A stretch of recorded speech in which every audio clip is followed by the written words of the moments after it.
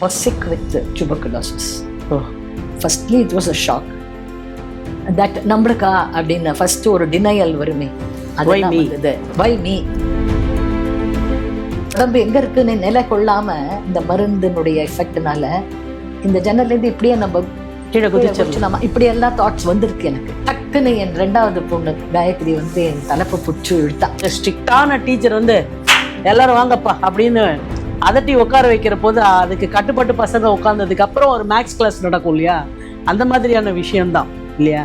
ஓ எனக்கு sweet voice இல்லையே, எனக்கு அப்படி இல்லையன்றது இல்லை, எனக்கு கிடைச்ச வாய்ஸை நான் எப்படி வந்து ஹவு ஐ கார்னிஷ்ட் இட்ன்றது இருக்குல்ல. மதுரை சோமு சார் அந்த கோவில்ல அங்கேயே ஓசை நாயகி அம்பாளுக்கு தனக்கு குரல் திருப்பி வரணும்னு ஒன் ஸ்டேஜ் நான் அப்படியே பதறி போய் அவருக்கு நமஸ்காரம் சொல்லிட்டு நமஸ்காரம் காலை தொட்டு நமஸ்காரம் பண்ணிட்டு, நீங்கள் நிற்கிறலே சார், அது உங்களுக்கு சொல்லி ஆசீர்வாதம் பண்ணாமல் நான் இங்கே விட்டு போனேன்னா அப்புறம் நான் ஒரு சங்கீத வித்வான்னு சொல்லிக்க முடியாது. அடாடா, சங்கீத கலாநிதி வாங்கின மூமெண்ட் எப்படி இருந்தது உங்கள் லைஃப்? அந்த அனௌன்ஸ்மெண்ட் வந்து காரிடோரில் ஓடி ஓடி. சமையல் எண்ணெய் மற்றும் உணவுப் பொருள் ஏற்றுமதியில் 20 ஆண்டு கால அனுபவம் பெற்ற ஸ்டார் எக்ஸ்போர்ட் ஹவுஸ் கயல் ஆக்ரோ ஃபுட்ஸ். உங்களோட சைல்ட்ஹுட்டை பற்றி பேசணும். உங்கள் காலேஜ் டேஸில் உங்கள் பேரண்ட்ஸ் உங்களுக்கு கொடுத்த சப்போர்ட்டு, அதுக்கப்புறம் உங்களுடைய கல்யாண வாழ்க்கை, இதை பற்றி நீங்கள் சொல்ல முடியுமா? 18 வயசில் கல்யாணம். இன்டர் படிச்சிருந்தேன், இன்டர் எக்ஸாம் எழுதினேன், அந்த ஹாலிடேஸ்லேயே கல்யாணம். ஸோ ஸ்டில் ஸ்டூடெண்ட் போது பிறந்தாத்துலேருந்து புக்காத்துக்கு அடி எடுத்து வச்சேன் நான். அது பாக்கி 2 வருஷம் பிஎஸ்சி அங்கே இருந்து தான் கம்ப்ளீட் பண்ணேன். அப்போ ஆனால் உங்கள் எஜுகேஷனை கண்டினியூ பண்ண உங்களோட இன்லாஸ் வீட்டில் தடங்கள் சொல்லலை? Not at all. அதுதான் சொன்னேனே உங்களுக்கு, வந்து சப்போர்ட் பண்ணுறதுங்கிறது ரொம்ப ரொம்ப முக்கியமாக இருந்தது. அவங்க எல்லாத்துலேயுமே நான் எதை செய்ய விரும்பினேனோ அதை அவங்க வந்து தே சப்போர்ட்டட். அண்ட் எங்கள் மதர்-இன்-லா ரொம்ப குழந்தைகிட்ட பாசமாக இருப்பாங்க. ஸோ எனக்கு வந்து அந்த ஒரு பேக்கப் இருந்தது. நீங்கள் ஏன்னா டிகிரி முடிக்கிற வரைக்கும் உங்களுக்கு குழந்தைகள் இல்லை? கிடையாது.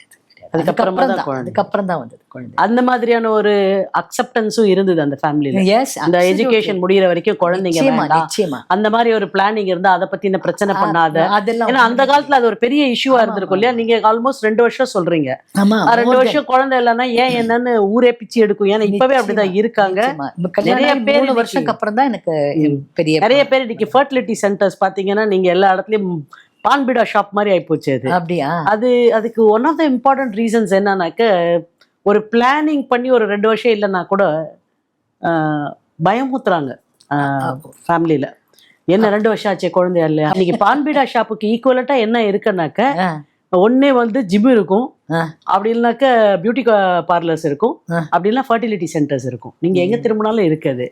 ஸோ அந்த மாதிரி ஒரு சொசைட்டில இந்த எக்ஸ்பீரியன்ஸ் சொல்லுங்க. ஒரு 2-3 வருஷம் உங்களுக்கு வேண்டாம் அப்படின்னு நீங்க பிளான் பண்ணி அது உங்களுடைய இன்லாஸும் அதை புரிஞ்சுக்கிட்டு ரொம்ப உங்களை எதுவுமே சொல்லாம உங்களுக்கு மேபி 3 வருஷம் என்ன ஒரு மகளா தான் பார்த்தா எங்க மாமியார். எனக்கு இன்ஃபேக்ட் சனிக்கிழமை எண்ணெய் தேய்ச்சி விடுவா.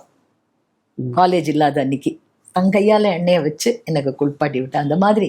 ஸோ அந்த ஒரு பாசமா இருக்கிறதுங்கிறது வந்து ஒரு பெரிய ப்ளஸ் எனக்கு லைஃப்ல. அது இல்லைன்னா நான் எதுவுமே பண்ணியிருக்க முடியாது. சரி, ஆனால் ஒரு குழந்தைங்க 2 குழந்தைங்க அப்படின்லாம் ஆனதுக்கப்புறம் உங்களுக்கு மொத்தம் 2 டாட்டர்ஸ்ன்னு நினைக்கிறேங்க.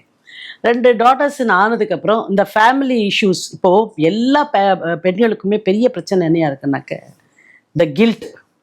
அதாவது வந்து ஒரு தொழிலில் இருக்கும்போதோ இல்லை ஒரு ஆஃபீஸ் வேலைக்கு போகிற போதோ நாம் வந்து ஒர்க் பண்ணாத லேடிஸ், வீட்டில் இருக்க லேடிஸ் அவங்க குழந்தைங்களுக்கு பண்ணுற அளவுக்கு நாம் சரியாக பண்ணுறோமா நம்ம குழந்தைங்களுக்கு, இல்லை எங்கேயாவது நம்ம மிஸ் ஆகிறோமோன்ற அந்த கில்ட் இருக்கு இல்லையா, அது ஆகப்பெரிய கில்ட்டாக இருக்குது.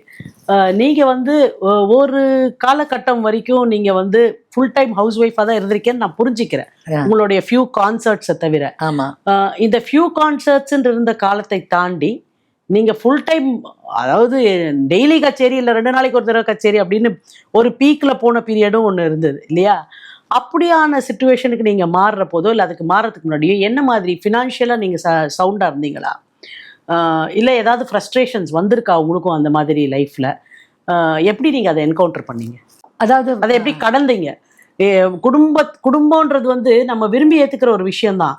ஆனால் நம்ம விருப்பத்தோட செய்கிற விஷயம் தான். குழந்தைங்களுக்கு செய்கிறத யாரும் விருப்பம் இல்லாமல் செய்கிறதில்ல. ஆனால் பொழுதுக்கும் அதையே செய்யும்போது நம்ம கையிலேருந்து டைம் எல்லாம் போகுது, ஐயோ நம்ம வாழ்க்கையெல்லாம் போகுது, நம்ம வயசெல்லாம் போகுதுன்னு ஒரு இடத்துல என்ன இருந்தாலும் அந்த நமக்குள்ள இருக்க ஒரு நான் விழித்து கொள்ளும் இல்லையா? அந்த தருணங்களை நீங்கள் எப்படி கடந்தீங்க? இல்லை அது ரொம்ப ஒரு மனசை பலவீனப்படுத்தக்கூடிய ஒரு சூழல், அது பொருளாதார சிக்கலாக இருந்திருக்கலாம், இல்லை குடும்பத்தில் இருக்கக்கூடிய அன்றாடங்கள், அவர் டெய்லி கோர்ஸ் இருக்கு இல்லையா, அதுவா இருக்கலாம், இல்லை சில பேருக்கு வந்து ஹெல்த் இஷ்யூஸ் இருக்கு, சோ மெனி திங்ஸ், நிறைய ஃபேக்டர்ஸ் இருக்கு, எக்கனாமிக் கன்ஸ்ட்ரெயின்ஸ் இருக்கு. நீங்க இதுல எதை சந்திச்சீங்க, எப்படி சந்திச்சீங்க? So joint family, 3 generations. நாங்கள் என்ன பாம்பேல ஃப்ளாட்ஸ் ஆர் எங்க slightly bigger than my parents house, அவ்வளோதான். இதில் 3 ஜெனரேஷன் அட்ஜஸ்ட் பண்ணி இருக்கிறதே ஒரு இட்ஸ் அ பிக் ப்ரொடக்ஷன். என்ன அதுக்கப்புறம் குழந்தைகள் வளர்ந்து ஸ்கூலுக்கெல்லாம் போக ஆரம்பிச்சு எல்லாம் ஆச்சு. எஸ், எல்லாம் இட் அகெயின் அங்கேயும் coat has to be cut according to the cloth தான். பட்ஜெட்ஸ் எல்லாம் டைட் தான். அது ரொம்ப டிஸ்கம்ஃபர்ட் இல்லைன்னா கூட ரொம்ப அஃப்ளூயன்ஸ் எல்லாம் கிடையாது. அது ஒரு டிப்பிக்கல் மிடில் கிளாஸ் இதில் போயிட்டு இருந்தது. ஹெல்த் இஷ்யூஸ் இருந்தது. என்ன ஹெல்த் இஷ்யூஸ்னாக்கா, எனக்கு இந்த 1980s I was sick with tuberculosis. So அது வந்து தட் கைண்ட் ஆஃப், அது வந்து firstly it was a shock. That நம்மளுக்கா அப்படின்னு ஃபர்ஸ்ட் ஒரு டினையல் வருமே, அதெல்லாம் வந்தது. வை மீ இருக்காது அப்படிலாம் இருக்கும். மைண்ட் இஸ் அ மங்கி, எப்படி வேணா தோண வைக்கும். அதெல்லாம் தாண்டி அப்போ வந்து ட்ரீட்மெண்ட் ரொம்ப லாங் ட்ரீட்மெண்ட்டாக இருக்கும். இப்போ மாதிரி சொஃபிஸ்டிகேட்டட் கிடையாது. மருந்து சாப்பிட்ணும், oral medicines for nearly 1 year சாப்பிட்ணும். ஸோ அந்த மாதிரி இருந்தபோது அது it was a very difficult period. ஏன்னா நம்மளுக்கு ஹெல்த் இம்ப்ரூவ் ஆகுமா தெரியாது, நம்ம என்ன பண்ண போகிறோம் தெரியாது. சம்டைம்ஸ் சர்வைவலே அதில் பிரச்சனையாக இருந்தது இல்லை அந்த காலகட்டத்தில். இட் வாஸ் வெரி காசநோய். ஸோ அந்த மாதிரி அதையும் தாண்டும்போது எல்லாம் எங்கள் இன்லாஸினுடைய ஒரு சப்போர்ட்டு, ஹஸ்பண்டோட சப்போர்ட் ரொம்ப இருந்தது. எப்படி இதை சொல்லணும்னா, எங்கள் டாக்டர் சொல்லிட்ட மாதிரி இவளுக்கு வந்து டெய்லி நீங்கள் வந்து ஸ்பெஷல் ஃபுட் பண்ணி தரணும் அப்படின்னு சொல்லிட்டு எங்கள் மாமியார் தன் கையால் டெய்லி காத்தால எனக்கு பண்ணி தருவாள். நான் கரெக்டாக சாப்பிடணுங்கிறதுல அவ்வளோ கருத்தாக இருந்தேன். அந்த த்ரூ அவுட் த ட்ரீட்மெண்ட்டை பண்ணி அதை ஒரு மாதிரி. ஆல்சோ அப்போ வந்து பாட்டில் கொஞ்சம் நிறையா குழந்தைகள் ஸ்கூலுக்கு போன உடனே கொஞ்சம் பாடி நிறைய பாட்டுகள்லாம் பாடி அந்த மாதிரி. என்னோட நீங்க கச்சேரிக்கு போயிருக்க முடியாது இல்லையா? அப்போ வந்து கச்சேரி பாட முடியாதோன்ற ஒரு பயம் இருந்தது, கவலையும் இருந்தது. அதை நீங்க எப்படி என்கவுண்டர் பண்ணீங்க? அந்த ஃபேஸ்ல கச்சேரி ஆர்டிஸ்டா நான் ஆகணுங்கிற எய்மே எனக்கு இல்லையே. அதை சொல்லணுமே உங்களுக்கு. நிறைய சங்கீதம் கத்துட்டேன். பட் இதை நம்ம ஒரு ரெகுலர் ப்ரொஃபஷனல் கான்சர்ட்டா ஆர்டிஸ்டா ஆக போறோங்கிற ஒரு உணர்வெல்லாம் முள்ளத்தான் வந்து. இதுல between your 20s to 30s தான் வந்தது. அதுக்கு அப்போ வந்து சரி பாடல என்ன பாடல, எப்பயோ ஒரு தடவை மெட்ராஸ்க்கு போறோம், பாடுறோம், வரோம். இதுல பெருசா நம்ம வந்து இது பண்ண போறோங்கிறதெல்லாம் அப்போ வரல. என்ன which was a good thing. Because அதனால நான் வந்து இந்த நீங்க உங்களுக்கு உடம்பு சரியில்லை அப்படின்ற விஷயத்த இப்ப வந்து ஒவ்வொருத்தர் அதை ஒரு மாதிரி எதிர்கொள்றாங்க. சில பேர் வந்து இப்போ எம்ஜிஆர் எடுத்துக்கிட்டீங்கன்னாக்கா எவ்வளோ பெரிய ப்ராப்ளத்தையும் வந்து அவருடைய டிட்டர்மினேஷனால தான் ஹி கேம் பேக் அப்படின்னு சொல்லுவாங்க. உங்களுக்கு அந்த டிட்டர்மினேஷன் இருந்ததா, இல்லை டிட்டர்மினேஷன் இல்லை ஏதோ ஒரு இடத்துல மாறித்தா? டிட்டர்மினேஷன்னா நிச்சயமா இது முடிவு இல்லை. அது மட்டும் I was very sure. This is not the end of my life. அதில் ரொம்ப கெட்டியாக இருந்தேன் நான். அண்ட் அப்போதான் ஐ திங்க் இந்த இல்னஸ் தான் என்னை ரொம்ப இட் ப்ராம்ப்டட் மீ. இந்த லைஃப் வந்து இப்படி வீணா போகக்கூடாது, இந்த லைஃப்ல நம்மளுக்கு கிடைச்ச மியூசிக்கை வந்து ஏதாவது ஒன்று பண்ணணும் அப்படிங்கிற ரெசல்யூஷனே அப்போதான் ஃபார்மேஷன் ஆயிருக்கு. சிக்னஸ் அப்போதான். அதான் சிக்னஸ் அப்போதான். எதுக்கு சொல்வேன், தான் நம்மளுக்கு ஒரு சேலஞ்சு கொடுத்தான் நான் இறைவன், அதுலேருந்து நம்மளை ஒரு பாதையில் அனுப்புகிறான் இல்லையா, அதுதான் நடந்தது. ஸோ அந்த 8 to 10 months ட்ரீட்மெண்ட் முடியறதுக்குள்ள I had made a resolution. இதை தாண்டி நான் வரும்போது I have to do something with my music, with my life, and music was the closest to me. So அதனால அதில் பண்ணணும் அப்படிங்கிற ரெசல்யூஷனோட இருந்தேன். அதில் நிறையா விஷயங்கள் நான் கடந்து வந்திருக்கேன் வச்சுக்கோங்களேன். ஃபார் எக்ஸாம்பிள், அந்த ட்ரீட்மெண்ட் முடிஞ்சு நம்மளுக்கு அந்த ரீகூப்பிங் டைம் இருக்குல்ல, அப்போ என்ன பண்ணணும்னா அந்த மெடிசன்ஸ் வந்து கிரேடடாக குறைக்கணும், ஒரேடியாக குறைக்கப்படாது. அது அது ஒரு மெத்தட் இருக்கு. ஹவு தே வில் டேப்பர்னு சொல்லுவாங்க. டேப்பர் பண்ணி அந்த மெடிசன்ஸை நம்ம எடுத்துக்கணும். அது என்ன மிஸ்டேக்குனால தெரியல, டாக்டர் சரியா சொல்லலையா அல்லது நான் சரியா புரிஞ்சுக்கலையா, அதை வந்து அவசியத்துக்கு மேலாக நான் வந்து சாப்பிட்டுட்டீங்க? இல்லை, ஸ்டாப் பண்ணிட்டேன். ஓகே, ஸ்டாப் பண்ணதுக்கு I had to face it out. பண்ணலை அதை. ஸோ அப்போ வந்து பாடி ரியாக்ஷன் ஜாஸ்தி வரும். அப்போல்லாம் என்னெல்லாமோ, அதாவது கம்ப்ளீட்லி கான்ட்ரடிக்டரியாக நம்மளுக்கு நிறையா விஷயங்கள் நடக்கும். ஒரு முறை ஐ ரிமெம்பர், ஒரு பால்கனியில் நின்று என்னோட உடம்பு எங்கே இருக்குன்னு நிலை கொள்ளாமல் இந்த மருந்தினுடைய எஃபெக்ட்னால இந்த ஜன்னல்லேருந்து இப்படியே நம்ம கீழே குதிச்சிடலாமா, இப்படி எல்லாம் தாட்ஸ் வந்திருக்கு எனக்கு. அப்போ டக்குன்னு என் 2வது பொண்ணு காயத்ரி வந்து என் தலைப்பை பிடிச்சி இழுத்தா. அவளுக்கு தெரியாது நான் என்ன நினச்சிட்டு இருக்கேன்னு. இப்படி பிடிச்சி இழுத்தா, அம்மா அம்மாங்கவே, ஐயோ இந்த குழந்தைகள் இருக்கு எனக்கு, நான் என்ன பண்ண போனேன். ஏன்னா அந்த ட்ரீட்மெண்ட்டினுடைய பவர் விகர் ரொம்ப ஜாஸ்தியாக இருக்கும் அப்போ. ஸோ அதெல்லாம் தாண்டி வந்ததுக்கு அப்புறம் தான் லைஃப்னுடைய பெர்ஸ்பெக்டிவே மாறுறது. இப்போ கிட்டத்தட்ட வந்து ஒரு ஒரு ஒரு பெரிய ஹெல்த் டிபாக்கில் சந்திச்சுட்டு அதுலேருந்து திருப்பி வரணும்னு முயற்சி பண்ணி அதனோட இம்பேக்டில் உங்களையே லூஸ் பண்ணி குதிக்கலான்ற அளவுக்கு போய் ஏதோ ஒரு மாற்றம் வந்து அந்த பர்சனை தான் இப்போ நாங்கள் மேடையில் பார்க்குறோம். ஆமாம், அதே தான். அப்போ வந்து ஒரு நிமிட இல்லை ஒரு க்ஷணமான ஒரு தாட் வந்து ஒருத்தரை ரைட் சைட்லயோ ராங் சைட்லயோ மாற்றி விடக்கூடும். அதேதான். இப்போ நம்ம ரைட் சைட்ல இருக்க போறோமா அப்படின்ற அந்த சேலஞ்சை நம்ம எப்படி ஃபேஸ் பண்ண போறோம்? அவ்வளவுதான். வண்டர்ஃபுல்லுங்க, ரொம்ப கரெக்டா சொல்லிட்டீங்க நீங்க. Sorry to make this mention, ஏன்னா பட் கேட்குறேன், இப்போ ஒவ்வொருத்தரும் தன்னுடைய குரலை வந்து இன்னும் சரிவாக்கி கொள்வதற்கு எஸ்பெஷலி மியூசிஷியன்ஸ் பல முயற்சிகள் எடுப்பாங்க. இப்போ உங்களோட இது வந்து ரொம்ப டிஃப்ரெண்ட்டான ஒரு குரல். அது நீங்கள் பல பேர் சொல்லி கேட்டிருப்பீங்க, the beautiful sweet Nightingale voice. அப்படியெல்லாம் கிடையாது. நான் ஒரு ஸ்ட்ரிக்டான டீச்சர் வந்து எல்லாரும் வாங்கப்பா அப்படின்னு அதட்டி உட்கார வைக்கிற போது அதுக்கு கட்டுப்பட்டு பசங்க உட்காந்ததுக்கு அப்புறம் ஒரு மேக்ஸ் கிளாஸ் நடக்கும் இல்லையா, அந்த மாதிரியான விஷயம்தான் இல்லையா. அதில் ஒன்றும் நம்ம வந்து எனக்கு ஸ்வீட் வாய்ஸ் இல்லையே, எனக்கு அப்படி இல்லையன்றது இல்லை. எனக்கு கிடைச்ச வாய்ஸை நான் எப்படி வந்து ஹவு ஐ கார்னிஷ்ட் இட்ன்றது இருக்குல்ல. உங்கள் குரலை நீங்கள் எப்படி இன்னும் இன்னும் பெட்டர் பர்ஃபார்மிங்குக்கோ இல்லை அந்த குரலை நீங்கள் மெயின்டைன் பண்ணுறதுக்கோ நீங்கள் என்ன விதமான இது பண்ணீங்க? அது அந்த ரெவலேஷன் உங்களுக்கு எப்போ வந்தது லைஃப்ல? குரல் வந்து ஒரு கட்டியான கனமான குரல்.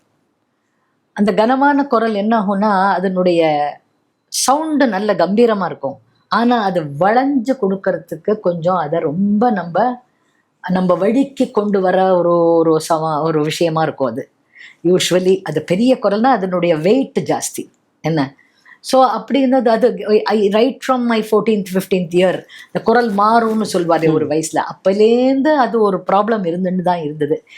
மேல் சாவத்தோட போனால் கொஞ்சம் அது வந்து மேல் சஜத்தில் போய் குரல் நிற்காது, அது கொஞ்சம் கிராக் ஆகும். இந்த மாதிரிலாம் நிறையா இது இருந்தது. அப்போது எங்கள் அப்பா வந்து நிறையா விஷயங்கள் பண்ணினா. அதாவது மோசை நாயகின்னு ஒரு கோவில் இருக்குது சீர்காழி பக்கத்தில். திருஞான சம்பந்தர் ஞானப்பால் கொடுத்துட்டு சிவபெருமான் பொருத்தாளங்களை கொடுத்தார். அம்பாள் வந்து ஓசையார் வந்து அதுல ஓசை நாயகியா போய் உட்கார்ந்தா. ஏன்னா பொருத்தாளங்கள் சத்தம் போடாது. சோ இந்த மாதிரி ஒரு கோவில் இருக்கு, அதுக்கு நீங்க போய் வேண்டிக்கோங்க அப்படின்னு சொன்னா நாங்க போனோம். எங்க அப்பா அம்மா நான் 3 பேரும் சிதம்பரம் போய் அங்கேருந்து சீர்காழி தாண்டி அந்த கோவிலுக்கெல்லாம் போய் அங்க போனா கதை என்னன்னா மதுரை சோமு சார் அந்த கோவில்ல அங்கேயே ஓசை நாயகி அம்பாளுக்கு தனக்கு குரல் திருப்பி வரணும்னு ஒன் ஸ்டேஜ்ல அவருக்கு குரல் ஏதோ ப்ராப்ளம் இருக்கு. அங்கேயே ஒரு வீடு வாங்கி அங்கேயே ஒரு வருஷமோ 2 வருஷமோ இருந்தாராம் மதுரை சோமு சார். அப்படிங்கிறது அங்க போய் தான் தெரிஞ்சது. அப்போ மதுரை சோமு சாருக்கும் உங்களுக்கும் என்ன கவி பாடினாலும் இது ரிலேஷன்ஷிப் இதுலதான் ஓசை கொடுத்த நாயகில வந்திருக்குன்னு நினைக்கிறேன். அப்கோர்ஸ் அவருடைய என்ன கவி பாடினாலும்ங்கிற பாடல்லாம் வந்து நம்மளால நினைச்சு கூட பார்க்க முடியாது. அப்படி ஒரு பாடல் பாடுபவர். என்ன கவி பாடினாலும் உந்தன் மனம் இறங்கவில்லை. ஸோ அது அங்கே ஆரம்பிச்சது. Continuously I was always looking. எப்போ எந்த வித்வானை பார்த்தாலும் இந்த குரலை பற்றி நான் ஏதாவது தெரிஞ்சுப்பேன். அந்த மாதிரி ஹிந்துஸ்தானியில் வாமன் ராவ் சடோலிக்கர்னு ஒரு வித்வான், அவரை கேட்டேன். அப்புறம் ஜெர்மனிக்கு போன போது அங்க குருக்களை சந்திச்சு ட்ரைனிங் எடுத்துட்டு வாய்ஸ் ட்ரைனிங் இதெல்லாம் பண்ணினேன். அந்த மாதிரி பாலமுரளி சார், அவர்கிட்ட ஒரு வார்த்தை 2 வார்த்தை கேட்டா அவர் ஒரு ஏதாவது 1-2 விஷயங்கள் சொல்லுவார். அவர் இத்தனைக்கும் நான் அவர்கிட்ட ரொம்ப பல விஷயங்கள்ல அவரை ரொம்ப நெருங்கிய எனக்கு தெரியாது. பட் இந்த மாதிரி ஒருத்தொத்தர்கிட்ட ஒன்று கேட்கும் போது நம்மளுக்கு அது தெரியறது. அதை வச்சு ட்ரெயின் பண்ணி தான் நான் என் குரலை வந்து ஒரு வசப்படுத்தி பயப்படுத்தி பாடுறதுக்கு. நாதஸ்வர பாணியில நீங்க பாடுகிற பொழுது குறிப்பா சொல்லணும், நீங்க ஒரு கரஹர பிரியா ராகத்துல இப்போ ஒரு சக்கனி ராஜா பாடும்போதோ பக்கல நீலப்படி பாடும்போதோ அதுல வந்து நீங்க முதல்ல அந்த ராக ஆலாபனை பண்ணச்சே நிறைய நாதஸ்வர பிடிகள் இருக்கு. ஆமா. இந்த நாதஸ்வர பிடிகளை நீங்க எங்க பயிற்சி பண்ணீங்க? யார் உங்களுக்கு அதுல உங்களுக்கு ரொம்ப நெருக்கமா சொல்லி கொடுத்தாங்க? நாதஸ்வர சங்கீதத்து மேல எனக்கு ஒரு அலாதியான ஒரு ஒரு பக்தி உண்டு. அதுல வந்து உங்களை யார் நாட்டம் உண்டு. அதுல அந்த காலத்துல ராஜரத்தன் பிள்ளையோட நிறைய வாசிப்புகள், காரக்குறிச்சி அருணாச்சலம் அவரோடதெல்லாம் நிறைய கேட்டிருக்கேன். அண்மையில அதாவது ஒரு 10 வருஷங்கள் 12 வருஷங்களுக்கு முன்னாடி SRD வைத்தியநாதன் சார், செம்பனார் கோவில், அவர்கிட்ட நிறைய நான் தெரிஞ்சுக்கக்கூடிய வாய்ப்பு எனக்கு கிடைச்சது. அவர் ரொம்ப என் மேல ஒரு ஆசீர்வாதம். அதாவது நீங்க சொல்றது அவருடைய காலத்துக்கு ஒரு 10 ஆண்டு, நீங்க சொல்றது சம்பர் 2000s இருக்கலாம். 2000s அந்த 10-11 அந்த ஸ்டேஜில் பை 13-14 அவர் காலம் ஆயிடுத்து. ஸோ அவர் நிறைய விஷயங்கள் எனக்கு சொல்லி கொடுத்து, மல்லாரிகள் நிறையா சொல்லி கொடுத்து, நாதஸ்வர பாணியில என்ன நீங்க பாடினது அவர் இயற்றிய மல்லாரி தான் நினைக்கிறேன் இல்லையா? அதேதான். ஸோ அந்த மாதிரி அதனால வந்த ஒரு விஷயம்தான் அந்த நாதஸ்வர பாணி. நீங்க மியூசிக் அகாடமின்றது எல்லாருக்குமே ஒரு கனவு. இப்போ நான் லாயராக இருக்கிறதுனால சொல்கிறேன், ஃபிலிப் ஜேசுஃபோடைய முட்கோட்டுன்றதை ஜெயிக்கிறது ஒவ்வொரு ஸ்டூடெண்ட்டோடைய கனவாகவும் இருக்கும். அதே மாதிரி ஒரு கர்நாடிக் மியூசிக்னு வர்றவங்களுக்கு மியூசிக் அகாடமியில் கச்சேரியில் பாடுறது அப்படின்றது ஒரு பெருங்கனவாக இருந்திருக்கும். உங்களுடைய ஆரம்ப காலத்துலேயும் அது அப்படி இருந்திருக்கும். அந்த மாதிரி ஒரு பெருங்கனவான ஒரு கச்சேரியில் உங்களால் மறக்க முடியாத ஒரு சம்பவம் சொல்லுவீங்களா? ரொம்ப பெரிய ஆடியன்ஸ்லாம் இருக்க மாட்டாங்க, நம்ம மத்தியானம் பாடுவோம் இல்லை சாயங்காலம் பாடுற அந்த ஸ்லாட்டில் கூட நீங்கள் இருந்திருக்கலாம். அந்த மாதிரி நேரத்தில் உங்களுக்கு பெரிய நம்பிக்கை விட்டு, இல்லை நான் இந்த மெயின் 4 o'clock ஸ்லாட்டில் கண்டிப்பாக பாடுறேன் அருணா, கவலைப்படாத அப்படின்னு உங்களுக்கு நீங்கள் ரீஅஷ்யூர் பண்ணிக்கிற மாதிரியான ஏதாவது ஒரு ரசிகர் பாராட்டோ இல்லை ஒரு பெரியவங்க பாராட்டோ உங்களுக்கு உங்கள் மேலே ஒரு இருக்கக்கூடிய அந்த கான்ஃபிடென்ஸை எஸ்டாப்ளிஷ் பண்ணிக்கிறதுக்கு ஏதாவது சம்பவம் உங்களுக்கு ஞாபகம் இருக்கு? நல்லா பசுமையாக ஞாபகம் இருக்கு. வருஷம் எக்ஸாக்ட் எந்த வருஷம் ஞாபகம் இல்லை. 90s ஒரு வருஷம், 1997 or 8 அந்த மாதிரி இருக்கும். 2லேருந்து 4 அதான் ப்ரீ சீனியர் ஸ்லாட் அகாடமியில். அதுக்கு ரொம்ப கூட்டம் வரும். ஏன்னா அது டிக்கெட்டட் கான்சர்ட் கிடையாது. அந்த 2லேருந்து 4 வரைக்கும், காலையிலேருந்து அந்த 4 மணி வரைக்கும் டிக்கெட் கிடையாது. 4:30 கச்சேரி 7:30 கச்சேரிக்கு தான் டிக்கெட் கொடுத்து வருவா. ஸோ நான் அந்த 2லேருந்து 4 பாடின்னு இருக்கேன் அப்போ.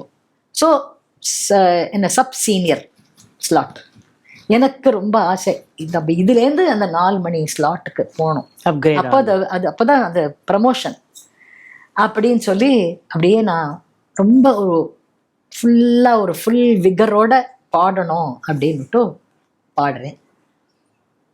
நம்ம நினைக்கலாம் அது நடக்கணும் இல்லையோ, நடந்தது. அன்னைக்கு யார் அந்த வருஷத்து பிரசிடென்ட், அதாவது சங்கீத கலாநிதினா ஷேக் சினா மௌலானா சாஹிப், நாதஸ்வர வித்வான். ஸோ அவர் கச்சேரியில் ஃபஸ்ட் ரோவில் உட்காந்துருக்கார். Full hall. என்ன நான் சொன்னேனே, அதான் 2லேருந்து 4 சப் சீனியர் கான்சர்ட். நான் பாடுறேன். அன்னைக்கு ஒரு சண்முகப்பிரியா, என்னமோ ஒரு அம்பாள் அருள்ல அன்னைக்கு அப்படியே நாதஸ்வர சங்கடிகளாவே, இந்த சண்முகப்பிரியா ஏற்கனவே நாதஸ்வரம் ஒரு ராகம், அதுல இந்த சங்கதி அலாலியா அது வந்தது. எல்லா குருக்களினுடைய ஆசீர்வாதம்.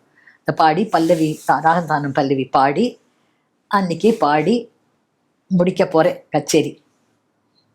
டைம் அங்க ரொம்ப கரெக்டா பாப்பா. அகாடமியில அந்த ஸ்கிரீனை போட்டுருவா. ஸோ நான் ஒரு விருத்தம் பாடுறேன்.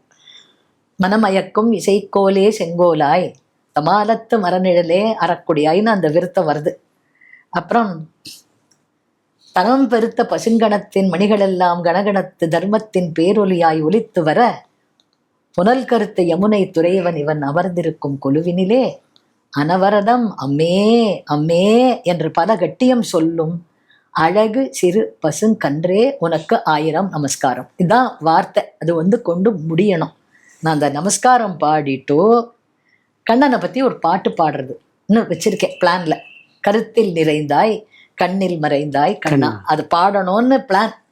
ஆனால் இந்த அம்மே அம்மே கன்று அப்படின்னு சொல்லிட்டு உனக்கு 1000 நமஸ்காரம்னு சொல்றதுக்குள்ள டைம் ஆயிடுது. கர்டன் கீழே வர ஆரம்பிச்சு. நான் நமஸ்காரங்கிறேன், கர்டன் கீழே வருது. ஸோ பின்னாடி பாடுற பாட்டை பாட முடியாது. நான் பார்த்தேன், சரி ஒன்றுமே பண்ண முடியாது, நம்ம கையை தூக்கிட்டேன். எல்லாருக்கும் நமஸ்காரம்னு சொல்லிட்டே இப்படி நமஸ்காரம். அன்னைக்கு நீங்கள் நம்ப மாட்டேன், அகாடமியில் விச் இஸ் அ வெரி ரொம்ப கன்சர்வேட்டிவ் ஆடியன்ஸ், அவங்கள திருப்திப்படுத்துறது ரொம்ப கஷ்டம். எங்க கம்பன் விழால பேசுற மாதிரி இந்த கர்த்தனை போடாதீங்கிறாங்க. They are giving catcalls. அந்த கர்டன் போடுறவர்கிட்ட போடாதீங்க போடாதீங்க, அந்த கர்டன் போடக்கூடாது, அது அப்படியே தான் இருக்கணும் அப்படின்னு ஆடியன்ஸ்லேருந்து ரியாக்ஷன். என்ன அது முடிஞ்ச இந்த கச்சேரி பாடி முடித்தேன். ரொம்ப ரசிகர்கள் எல்லாரும் இந்த பேக் ஸ்டேஜுக்கு வந்து நான் வெளியில் இவாளை தாண்டிண்டு நான் வெளியில் வரதுக்கு ஒரு 3/4 மணி நேரம் ஆச்சு. அங்கே வந்தால் விஐபி என்ட்ரன்ஸில் ஷேக் சின்னா மௌலானா சாப் நிற்கிறார். ஐயோ, நின்றுட்டே இருக்கார். நான் அப்படியே பதறி போய் அவருக்கு நமஸ்காரம் சொல்லிட்டு, நமஸ்காரம் காலை தொட்டு நமஸ்காரம் பண்ணிட்டு, நீங்கள் நிற்கிறலே சார் அப்படின்னு. இன்னைக்கு நீங்கள் பாடின அந்த சண்முக பிரியாக்கு நான் இங்கே நின்று உங்களுக்கு சொல்லி ஆசீர்வாதம் பண்ணாமல் நான் இங்கே விட்டு போனேன்னா அப்புறம் நான் ஒரு சங்கீத வித்வான்னு சொல்லிக்க முடியாது. அடாடா, உண்மையான ஒரு சங்கீத பிரியர்களோ அவங்க வேறையா தான் இருக்காங்க. அது அவர் அன்னைக்கு ஒரு வார்த்தை சொன்னது, இட் சேஞ்ச்ட் மை லைஃப். ஏன்னா நம்மளும் அந்த சீனியர் ஸ்லாட்டுக்கு போகலாம், நம்மளுக்கும் அந்த அருகதை இருக்கு அப்படிங்கிற நம்பிக்கை எனக்கு ரீஇன்ஃபோர்ஸ் ஆனது உங்களுக்குள்ள அன்னைக்கு. அதுக்கப்புறம் as luck good have it, அடுத்த வருஷம் சீனியர் ஸ்லாட், அதுவும் ஹவுஸ்ஃபுல். அதுக்கப்புறம் ஹவுஸ்ஃபுல்லே கண்டினியூஸா. ஹவுஸ்ஃபுல்லுன்னு சொன்ன உடனே எனக்கு ஞாபகம் வருது, ஒரு சீசன்ல இதே மியூசிக் அகாடமியில் நீங்கள் சொல்லியிருக்கீங்க பல இதில், அந்த லீட்னால கேட்குறேன். இந்த இன்டர்வியூலையுமே நீங்கள் சொன்னீங்க 40 பேர் 50 பேர் வருவாங்க, சாரதியும் பாலுவும் வந்தப்புறம் தான் அதை டோட்டலாக ரீஸ்ட்ரக்சர் பண்ணி நான் பாட ஆரம்பிச்சப்பறம் மெதுவாக க்ரௌடு வர ஆரம்பிச்சுதுன்னு. ஒரு ஸ்டேஜில் மியூசிக் அகாடமியில் உங்கள் கச்சேரிகளுக்கு டிக்கெட்ஸ் வாங்குறதுக்கு மார்னிங் 3:30 4 o'clock கவுண்டர்ல ஆட்கள் நின்னதா கேள்விப்பட்டிருக்கேன். நிச்சயமா. அதுக்கு அவர் முரளி சார் எனக்கு ஃபோன் வேற பண்ணுவார். அப்போ பிரசிடென்ட் ஆஃப் அகாடமியன் முரளி சார் எனக்கு ஃபோன் பண்ணி, அருணம்மா உங்கள் கச்சேரிக்கு கியூ நிற்கிறது, எல்லாருக்கும் நாங்கள் காஃபி டிஃபன் ஏற்பாடு பண்ணிட்டு இருக்கோம், நீங்கள் ஒரு டிரைவ் வந்து பார்த்துட்டு போங்கோ, இந்த கண்கொள்ளா காட்சியை வந்து பார்த்துட்டு போங்க அப்படின்னு ஃபோன். நீங்கள் ஒரு 5-6 மணிக்கு போகும்போது பெருங்கூட்டம் இருந்தது. பெருங்கூட்டம். அதெல்லாம் வந்து என்ன சொல்கிறது, அவ்வளோதான். அது நம்ம செய்யறது நம்ம செய்யலாமா, அதுக்குள்ள பலனை கொடுக்கறது இறைவன் கையில தான் இருக்கு. அவார்ட்ஸை விட இது ரொம்ப பெரிய பெரிய விஷயம் இல்லையா? சங்கீத கலாநிதி வாங்கின மூமெண்ட் எப்படி இருந்தது உங்க லைஃப்ல, அந்த அனௌன்ஸ்மெண்ட் வந்த போது?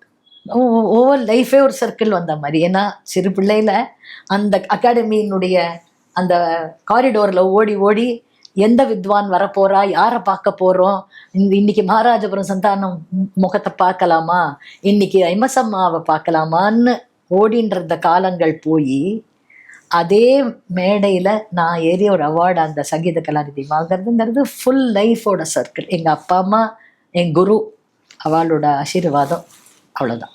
இங்கே சங்கீத கலாநிதி மியூசிக் அகாடமியில் வாங்கினீங்க. பட் அந்த மேடையில் உங்களுடைய கான்சர்ட்ஸில் நீங்கள் நிறைய சேஞ்சஸ் பண்ணீங்க. அது பெரிய you're a controversial figure. I don't think I am wrong in saying that. கான்ட்ரவர்சின்ற மியூசிக் எல்லாம் சொல்றேன். ஆமா, உங்களுடைய ரெண்டிஷன்னால இல்ல உங்களோட சாய்ஸ் ஆஃப் அதே பர்சனல் லைஃப்ல டோட்டலி நான் absolutely that goes without saying. உங்களுடைய பெர்ஃபார்மன்ஸ்ல இல்ல உங்களுடைய ரெப்பர்டுவார்ல இல்ல நீங்கள் அந்த சங்கீத கச்சேரிகளுக்குள் இதை நான் பாட போகிறேன்னு முடிவு செய்து நீங்கள் பாடியதனால் மட்டுமே பலவிதமான முணுமுணுப்புகள், சர்ச்சைகள், அந்த சர்ச்சைகளை தாண்டி நீங்க பாடினீங்க. அந்த மாதிரியான ஒரு விஷயம் தமிழ்நாட்டில் நடக்கக்கூடிய, இந்த சென்னையில் நடக்கக்கூடிய டிசம்பர் சீசன்ல நடக்கக்கூடிய கச்சேரிகள்ல, முன்னாடி கேசட்ஸ்ல சில பேர் பாடியிருந்தாலும் கூட உங்க சீனியர்ஸ் கச்சேரி மேடையில உட்கார்ந்து அபங் பாடணும் அப்படின்னு நீங்க நினைச்ச அந்த தருணமும் இல்ல அஷ்டபதி பாடணும் அப்படின்னு நீங்க நினைச்ச அந்த தருணத்தையோ நீங்க என்ன தைரியத்துல செஞ்சீங்க? நான் என்ன எப்படி யோசனை பண்ணேன்னா, எனக்கு ஒரு விஷயம் பிடிச்சு அந்த ஒரு சங்கீதத்தை கேட்கும்போது எனக்கு மனசெல்லாம் ஒரு கரைஞ்சு அப்படி இருக்கும்போது நிச்சயமா அந்த ரசிகர்களுக்கும் அது பிடிக்கும் அப்படிங்கிற ஒரு நம்பிக்கை எனக்கு எப்போதும் இருந்தது. நான் வளர்ந்ததே இந்த பம்பாயில இந்த அபங்கங்களை கேட்டு கேட்டு தான். சண்முகானந்தா போனால் பீம்சேன் ஜோஷி ஃபுல் அபங்க கான்சர்ட் கொடுப்பாரு. லோக்கல் ட்ரெயினில் ஏறினா அந்த போர்ட்டர்ஸ் எல்லாம் டோலக்கு ஹார்மோனிய பெட்டியை வச்சுண்டு அபங்கம் பாடிண்டே தான் ட்ரெயினில் போவாள். ஸோ அப்புறம் இந்த பம்பாயில் ராமாக்கள்னு உண்டு, அதாவது காட்டீஸ்னு பேர் அவளுக்கு. மலைப்பிரதேசத்துலேருந்து வந்தவா, அவள் தான் வீடுகளில் வேலை செய்வாள். ஜாஸ்தி அந்த காலத்துல பாத்திரம் தேய்ச்சி துணி துவச்சு வீடு பெருக்கி துடைக்கிறதுக்கு அவ வருவா. அவளுக்கு பேர் அவ அவ ஜென்மாஷ்டமி கிருஷ்ண ஜெயந்தி போது அவ எல்லாரும் அப்போ மழையும் பெய்யும். பாம்பேல 4 மாசம் மழை உங்களுக்கு தெரியும், ஜூன்லேருந்து செப்டம்பர் வரைக்கும். ஜென்மாஷ்டமி போது காலில் கஜ்ஜையை கட்டிண்டு அவ ஒரு நாட்டியம் ஆடுவா பாருங்கோ. அந்த அவளோட அந்த ஃபோக் சாங்ஸை பாடிண்டு எல்லாம் கண்ணன் பேரில் இருக்கும். அதெல்லாம் கண்கொள்ளா காட்சி. அந்த அந்த ஒரு காட்சிகள்லாம் பார்த்து பரவசம் அடைஞ்சிருக்கேன் நான் ஆஸ் அ சைல்டு. ஸோ அந்த மராட்டி கல்ச்சருங்கிறது எனக்குள்ள எங்கேயோ ஒரு அம்சம் இருந்திருக்கு. அதை இவாளோட நம்ம ஆடியன்ஸோட ஷேர் பண்ணினா நன்னா தானே இருக்கும். பக்தி பாடல்கள் தானே அது. என்ன நாமதேவர், ஞானதேவர், துக்காராம் பாடின கண்ணனை பத்தி விட்டலனை பத்தி பாடின பாடல்கள்னு எடுத்து பாடினேன். பாடின முதல்ல எனக்கு ஞாபகம் இருக்கு. ஃபர்ஸ்ட் நான் அபங்கம் பாடினது நாரத கான சபால தீர்த்த விட்டல க்ஷேத்திர விட்டல ஃபுல் அந்த இதுல ஞானானந்தா ஃபெஸ்டிவல்ல பாடினேன். நீங்க ஒரு சரியான இடத்த தான் அபங்கத்தை இன்ட்ரடியூஸ் பண்றதுக்கு தேர்ந்தெடுத்திருக்கீங்க. ஏன்னா பஜன சம்பிரதாயத்திற்கு அதிக ஸ்பேஸ் கொடுத்தது நாரத கான சபா. ஸோ அது மிக்ஸ்டு ரியாக்ஷன். ஆடியன்ஸ் ரொம்ப சந்தோஷப்பட்டாங்க. இது என்னது அப்படின்ட்டு. அதுவும் அந்த விட்டல விட்டல விட்டல விட்டலன்னு பாடும்போது அவங்களும் சேர்ந்து கூட பாடி அது எங்கேயோ அதனுடைய ஒரு எக்ஸ்டசி எங்கேயோ போச்சு, பரவச நிலை. ஆஸ் யூஷுவல் அதுக்கு கிரிட்டிசிசமும் இருந்தது. அது எதுவுமே நான் எழுத்த எந்த அடிக்கும் 2 பக்கமும் ரியாக்ஷன் இருந்தது. பட் எனக்கு அது ஒரு தடவையும் நான் அந்த பாசிட்டிவ் ரியாக்ஷன்ஸை மட்டும் எடுத்துக்கிட்டீங்க, நெகட்டிவ் இப்ப நான் திருத்தின்னு இருக்கேன் நான் நிறைய விஷயங்கள்ல. அதுவும் உங்களுக்கு சொன்னேனே, இப்ப சொன்னேனே இந்த சாரதி எனக்கு பாயிண்ட் பண்ண மாதிரி சில பேர் இந்த இடத்துல இந்த மாதிரி பாடல பாடாதீங்கோ, இந்த சன்னிவேசத்துக்கு இது ஒத்து வராது அப்படின்னு சொன்னா அது கரெக்டா இருந்தா நான் அது மாதிரி மாத்திருக்கேன். ஏன்னா எல்லாமே இடம் பொருள் ஏவல் வச்சுதாம்மா வாழ்க்கை. ஸோ அதனால நம்ம அதை பார்த்து தான் செய்யணும். அதனால அது 2 பக்கமும் நடந்திருக்கு. பட் இது ஐ வாஸ் ஷுவர் இந்த அபங்கம்ங்கிறது இப்போ உங்களுக்கு தெரியும், இன்னைக்கு அபங்கம் பாடாதவாளே கிடையாது. கரெக்ட். கச்சேரிகள்ல அது முதல்ல என்ன பாட வச்சதும் இறைவனுடைய அருள் தான். கச்சேரிகள் பஜனைகள்ல உண்டு, ஆனா கச்சேரியில பாடினது ஒரு பெரிய தீர்த்த விட்டல க்ஷேத்ர விட்டல தேவ விட்டல இப்படி பாடுவார். இது ஒரு மினி கிளாசிக்கல் பீஸ். டோலக்க வச்சுட்டு ஹார்மோனியத்தை வச்சுட்டு துமாஜிமா ஊலி மீதோ துஜா பானா, மலைப்பிரதேசத்தை சேர்ந்தவன் அவன் பாடுறான். தூமஜிமா உலி நீ துஜா பானா, மாடு மேய்க்கும் கண்ணே நீ போக வேண்டாம் சொன்னேன். இப்போ விருத்தத்தை பாடி அதுக்கப்புறம் கீர்த்தனை பாடுற மாதிரி ஃபோக்ல இருந்து ஒரு கிளாசிக்குள்ள எம்பலிஷ் பண்ணி பாடிருப்பீங்களா? ஒரு முறை என்னாச்சு, இந்த